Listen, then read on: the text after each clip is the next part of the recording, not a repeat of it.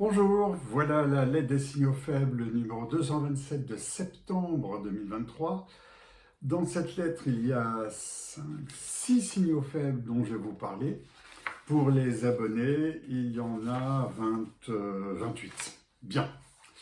On va parler de la guerre Hamas-Israël, de l'intelligence artificielle et de l'intelligence émotionnelle, du moins consommé et du mieux consommé, du commerce entre amis, des biais inquiétants des hauts fonctionnaires et du textile et de la pollution. Concernant la guerre Hamas-Israël, difficile d'y échapper. Le signal faible est que le 7 octobre, à l'aube, l'intelligence artificielle surpuissante d'Israël en frontière avec Gaza, sur terre, dans les airs et dans les mers, a été rendue aveugle.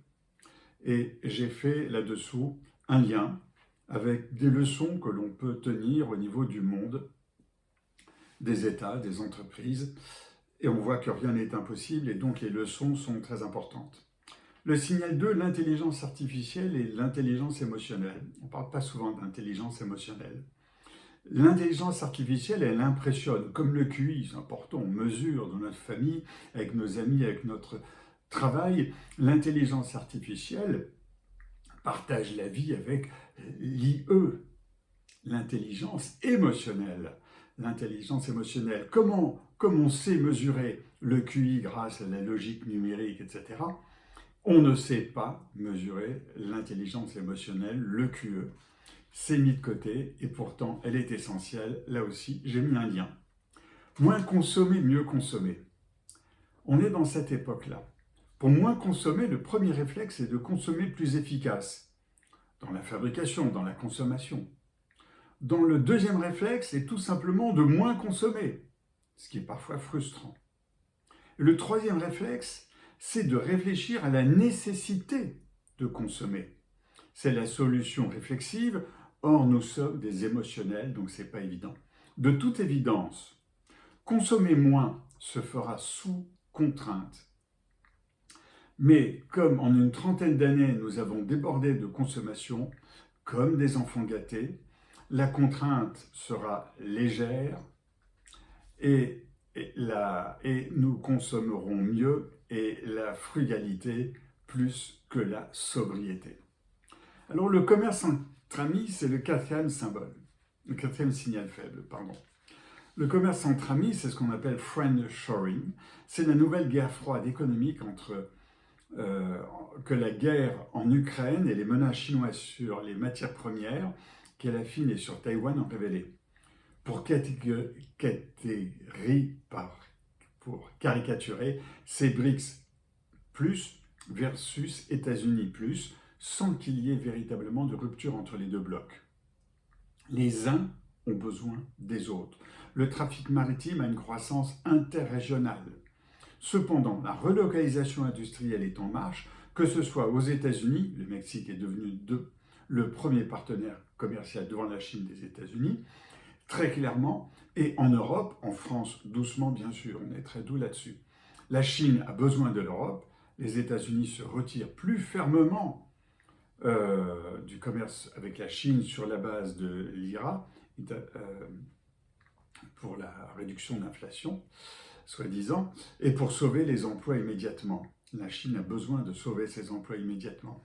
L'Afrique, l'Amérique latine ne se sentent pas concernés. Ce processus va s'accélérer avec la taxe carbone européenne qui débute sur le principe le 1er octobre 2023. Les biais inquiétants des hauts fonctionnaires français. Notre haute administration est souvent hors sol. Il s'y ajoute un biais culturel inquiétant. Et voici France Stratégie qui a produit une note en septembre, ce mois-ci, qui s'appelle Scolarité, le poids des héritages. Elle conclut sur le rôle déterminant des origines sociales. Intéressant. En page 191, elle définit comme défavorisés, donc les origines sociales, les ouvriers, les retraités, les ouvriers et les employés, les inactifs, chômeurs n'ayant jamais travaillé, personnes sans activité professionnelle, et toutes les autres définitions très favorables, etc., les milieux modestes, etc., du EPP PCS, je vous laisse voir ce que ça veut dire dans la page 191 de ce lien, sont à l'avenant. Mais c'est catastrophique. C'est catastrophique de définir comme cela un schéma social qui date des années 70 et qui n'existe plus en France depuis une cinquantaine d'années. Il faut absolument sortir de son enfermement culturel et de la manière dont ces hauts fonctionnaires ont été formatés. Et signal faible 6, textile et pollution. Le textile est devenu un remède anti-morosité. Acheter un petit vêtement, ça fait du bien.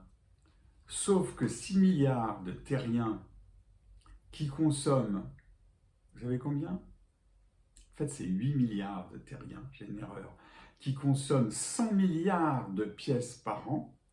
Ça fait 7 milliards par personne, en comprenant les 2,8 milliards qui vivent avec 2 dollars par jour, soit on a plutôt 30 pièces par personne.